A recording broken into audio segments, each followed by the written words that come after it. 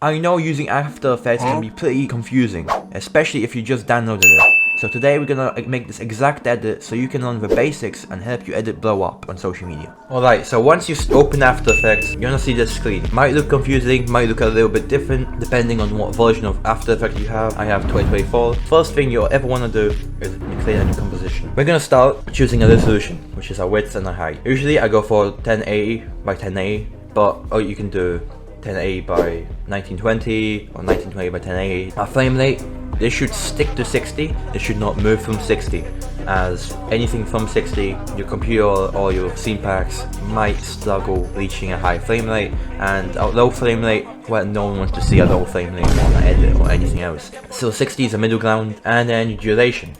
And you can pick this to 23 or 21. I would recommend you going to like 20 or 30 seconds, depending on what you want to do. TikTok, if you want to monetize it, obviously you need a minute.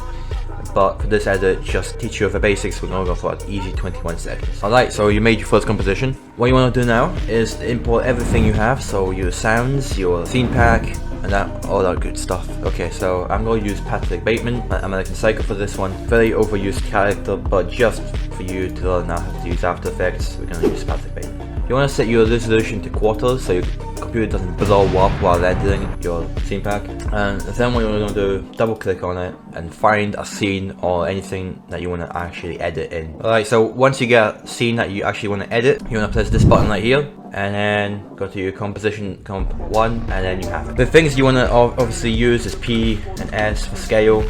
You can use position to position the character in the middle of a frame, and then you have the intro of your edit. What you want to do here is add motion blur and frame interpretation, so that will boost your scene pack to 60 FPS, but it will cause you to needing to move some parts of your edit. Like you can see here, the video gets distorted, so we actually have to cut that out, and that takes time. To cut in After Effects, it's Ctrl-Shift-D, and you delete every single distorted frame here. This is caused by you basically upgrading your scene pack to 60 FPS, and that's why we needed to set our composition to 60 FPS so we could actually have this. So every time this camera switches to a different person or a different shot, it will distort the frame. If you want to pre-compose every single clip here, you have to click it. You have to click a clip and then press Shift and press the other clips, and that should select all the clips in your composition. Right click on it and press pre-compose. You need these two settings checked. Press OK, and now you have a pre-composed clip, and you can rename this to intro. Now you want to find your song. What you want to do with songs is you want to find where the bass drop or the beat drop is. So you double click it again, and then you find where the drop is. You find it.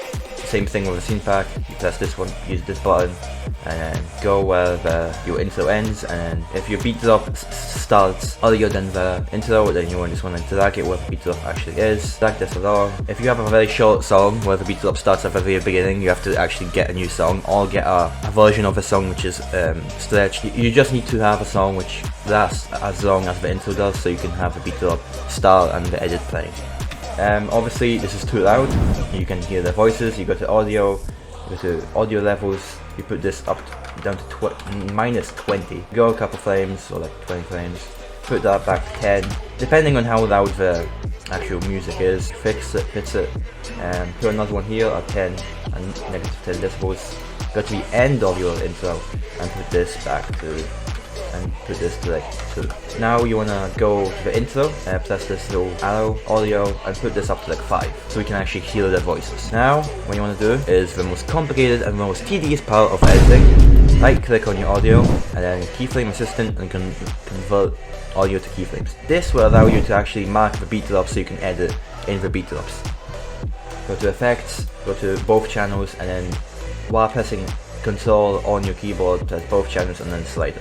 And go to the graph button right here, and you'll find every single beat drop here. This might be very tedious and very boring to do. It's honestly the most boring part of actually making an edit. Basically, you need to play around with this for a minute to find actually where the beat drops are. You can zoom in by pressing the addition sign on your keyboard. This might help you, and zooming out and zooming in to find actually where the beat drops are, but it's a bit difficult. After you marked every single clip using obviously this marker button, you're gonna finish. Now you have to actually find scenes to put in here. So grab your scene pack again, put it here. You can zoom in obviously by pressing the plus button, and make sure that the intro and the edit will be, after each other. Some people, miss a couple frames, and that's kind of distracting for a viewer seeing a black screen for a couple frames. Make sure this is in, and then find any scenes that you actually want to use. Again, with the scene pack. Again, you can press Ctrl Shift and D to cut. What you want to do then is you want to press on the second scene, press it, and then you can start finding another scene again. It's kind of complicated for new beginners of After Effects to actually do, is to make actual clips. You press this button and move to the third marker, press Ctrl Shift and D, and then keep on pressing this one, and then you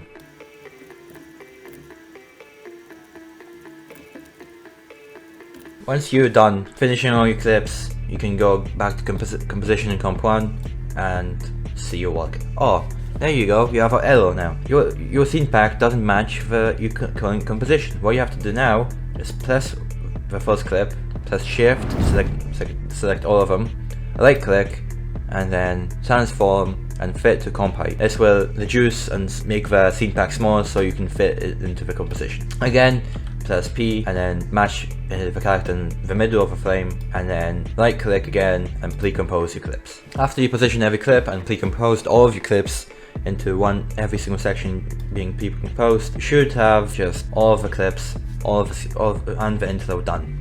Now what you do again is click on the first clip, press Shift, click all of them, and delete all of the sound, by pressing the mute button here. So actually you don't actually hear any sound from the scene pack. I see a lot of editors do this, so while you're watching the edit you can hear the noises from the actual scene pack. You don't want to hear that, you can mute it all. The only noise you should be hearing is the music and the intro and the voices. That's the only thing that should have playing sound. First one you can do obviously is write the text now for the intro. So by pressing the text icon here and pressing the middle, I choose the font I use is Arial Bold at like 40 pixels. Move the text layer above every single clip, and you write what they say. Ctrl Shift and D to obviously cut your text layers, and you can change obviously the color to white, but this looks plain as fuck and looks like you made it on CapCut. So what we will actually do is go to effects and presets, such as deep glow, which is an effect that you have to actually use. What you want to do here is you want to set the radius to 400 and set the exposure to 0.3. Still looks a bit shit, so what I will also do is to add some drop shadow. This is in plugins, this comes with After Effects. Set the opacity 100, set the distance to 10, and set the softness to about 8. You can obviously put this to full, so you can see it in full resolution, and this looks much better than without the effects. You can obviously tell the difference now. What you want to do now is search up fade, and you have all these options to make your text obviously fade up or fade in. I usually use fade upwards. Put that on your text, press U on your keyboard to open the keyframes, and as you can see it fades upwards, not depending on what he says, so you actually have to change it. So you have to change it so it actually matches what he says, so the words fade up as he says them.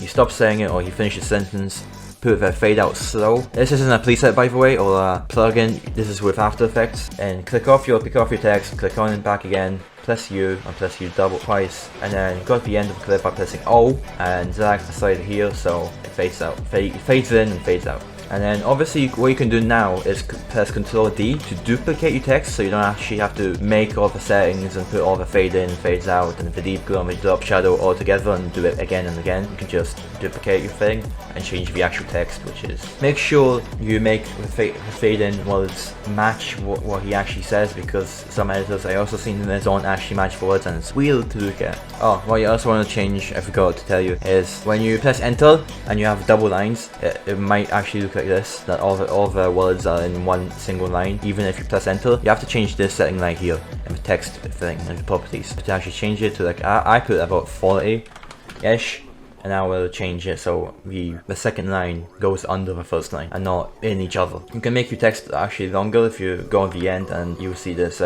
your cursor will change into this, and you can change the length of the text. You can also change some of so if you get into one text, and you can change the actual color and the size of a specific part of the text.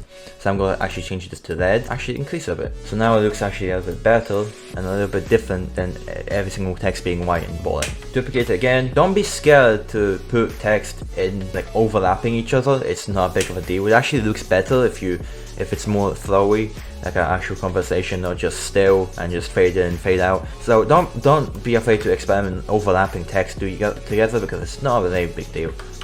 You can also press S on your keyboard to put a scale keyframe. Go to the end by pressing O and then increase it a bit. So it looks kind of cooler and a little more different. I also recommend you pressing Y on your keyboard.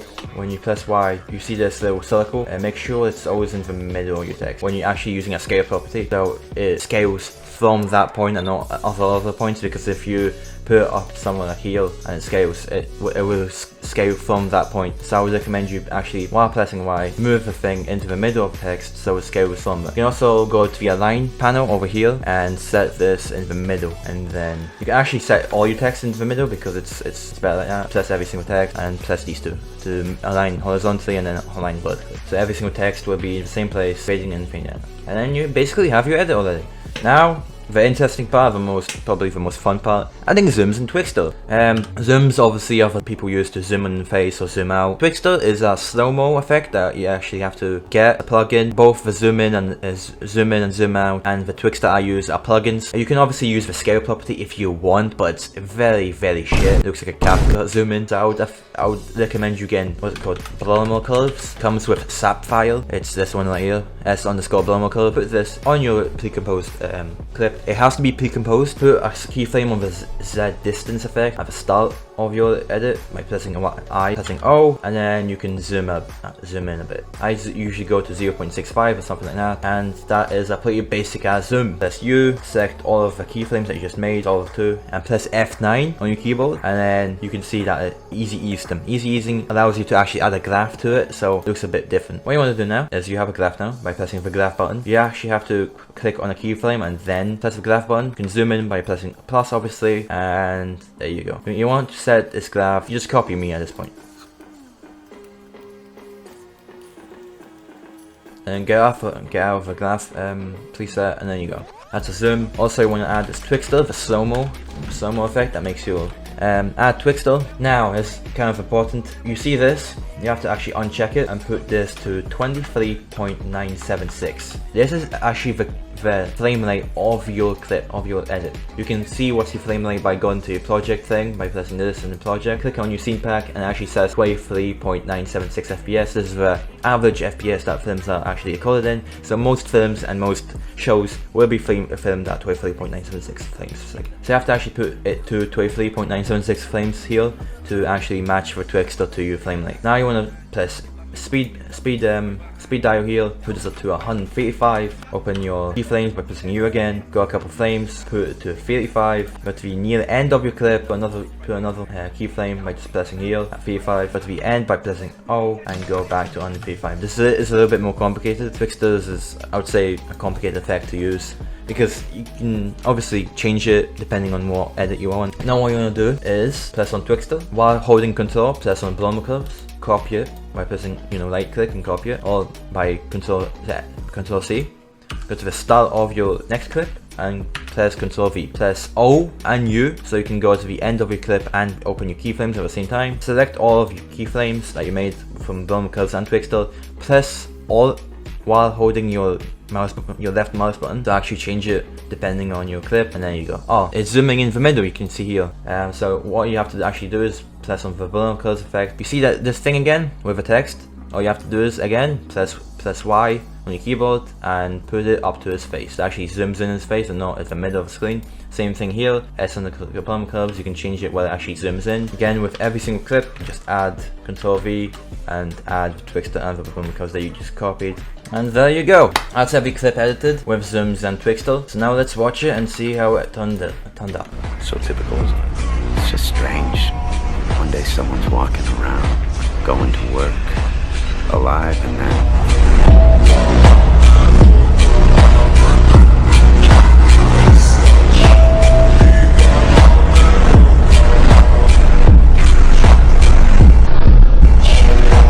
And there you go. It's a pretty basic edit because I wanted to show you actually only the basics.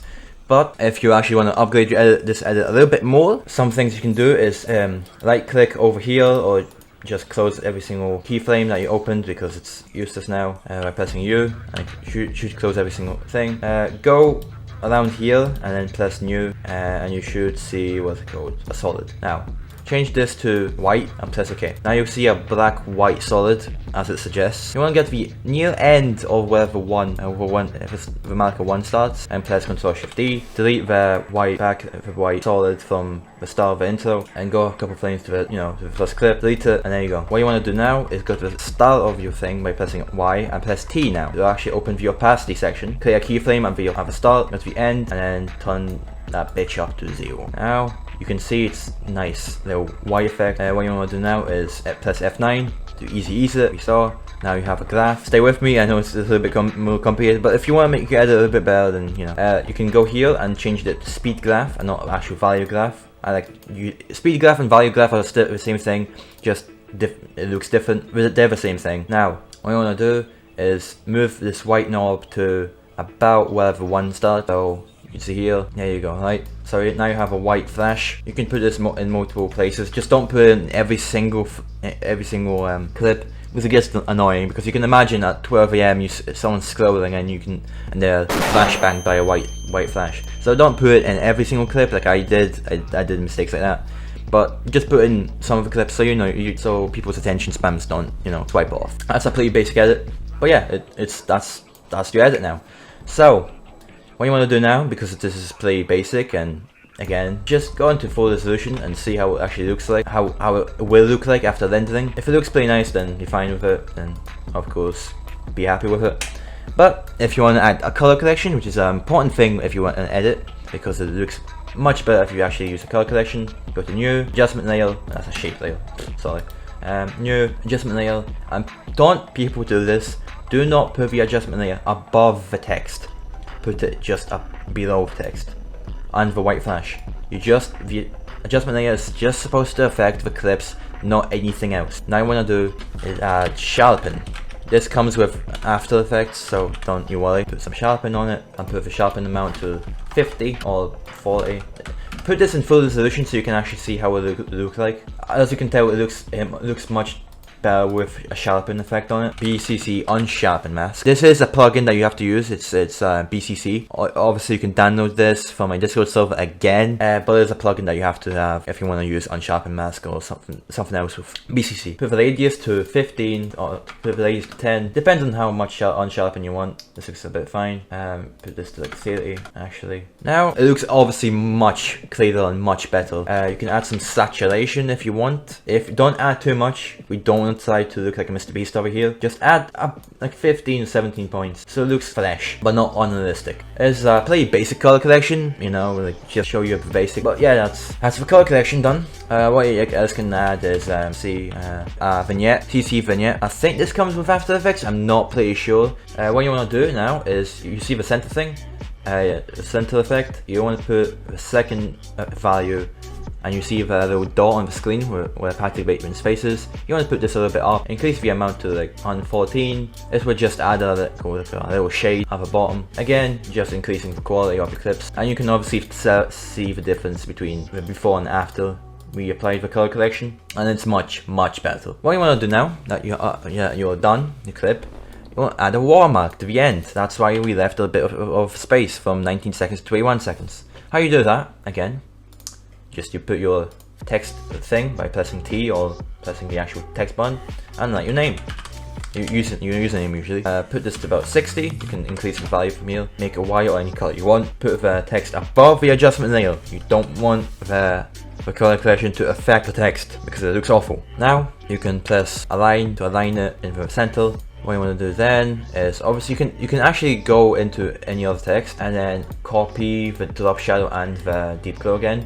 Copy and go to your watermark, go here, press here, and then you can see obviously that it's on here now. What I usually do is I usually actually add 3D text for my watermark, but that's a little bit more complicated and goes involved in 3D layers and stuff like that. But today we're just going to add basic watermark, which is just a zooming in, a transition. Scale, press S, press stock match, scale, put this to 150, zoom in, plus F9 to actually do that mini graph, and just copy my graph. This is speed graph, by the way. You can change it to value graph, but I like it's speed graph, so I'm going to continue speed graph. And there you go. You want to add a mid graph. That's what this graph is called. Obviously, you can press Y, move the thing to the middle of the text, and there you go. That is the finished edit. Now to render it properly without actually sacrificing any quality, you go to File, Export, Add to Render Queue. Now go to press here, select H2.64, that will be MP4 files. Format options, software encoding. You don't actually need to know what this actually means. Just put this to the highest value, and that's it basically. Now you want to do OK, and output it to where you want it, and now render it. This might take a while, depending on how fast your computer is, but it should work. Now that the edit is done, and finished, and rendered, all you want to do is launch it to TikTok and YouTube Shorts, Instagram, or whatever you want to call it, or where you want to send it to, and that is your edit done. Now what you want to do is make other ones, make new ones, try different things, make the white flashes in different places. You want to experiment and make more edits, and you'll get better over time. Thank you for watching. See you later, guys.